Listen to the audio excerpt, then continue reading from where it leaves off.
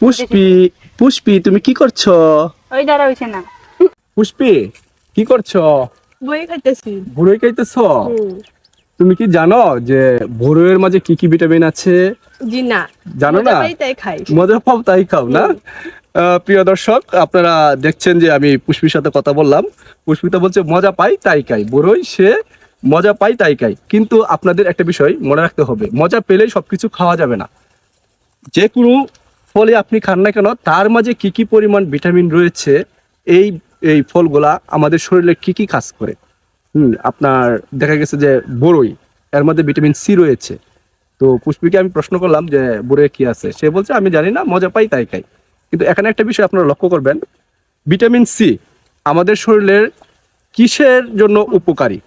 আমাদের দাঁতের হাড়, মাড়ি বা ওই ভিটামিন সি সমৃদ্ধ যে আপনার এই ঘা পরে আপনার কেটে গেলে যে ওই আপনার উপর দিয়ে একটা প্রলোভন সৃষ্টি করে। হ্যাঁ, সোজা কথাই যে ভিটামিন সি এমন একটা আপনার ভিটামিন যেটা শরীরের জন্য অত্যাবশ্যকীয় উপাদান। তো পুষ্পিতা তুমি হয়তোবা এখন জেনে গেছো যে বড়ই মজা পাই তাই খাই শুধু এরকম না, আমাদের শরীরের বিভিন্ন ধরনের ভিটামিনের চাহিদা পূরণ করতে এই ভিটামিন বড়ই আমাদের উপকার করে আসছে।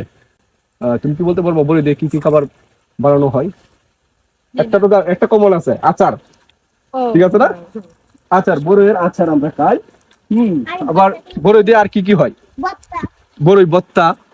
ঠিক আছে, বড়ই ভর্তা খাই।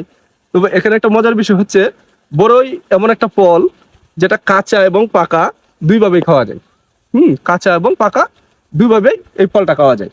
তো অতিরিক্ত পরিমাণ খাওয়া যাবে না। অতিরিক্ত পরিমাণ খাইলে কি হবে, তুমি যেভাবে খাওয়া শুরু করছো, তো আমার অতিরিক্ত পরিমাণ তুমি যদি খাও, তাহলে তোমার মুখের যে চামড়া ওটা ছুলে যেতে পারে। হ্যাঁ, হিতে বিপরীত হইতে পারে। তো একটা জিনিস লক্ষ্য রাখবা, যে সময় তুমি যে জিনিসটা খাইবা খুব যত্ন সহকারে, যে আমার এই নির্দিষ্ট পরিমাণ আমি খাইলাম, এটা আমার শরীরে যে ভিটামিনটা নিবে, আমি এটুকু পরিমাণে খাইলাম, এর চেয়ে বেশি আমরা আর খাবো না।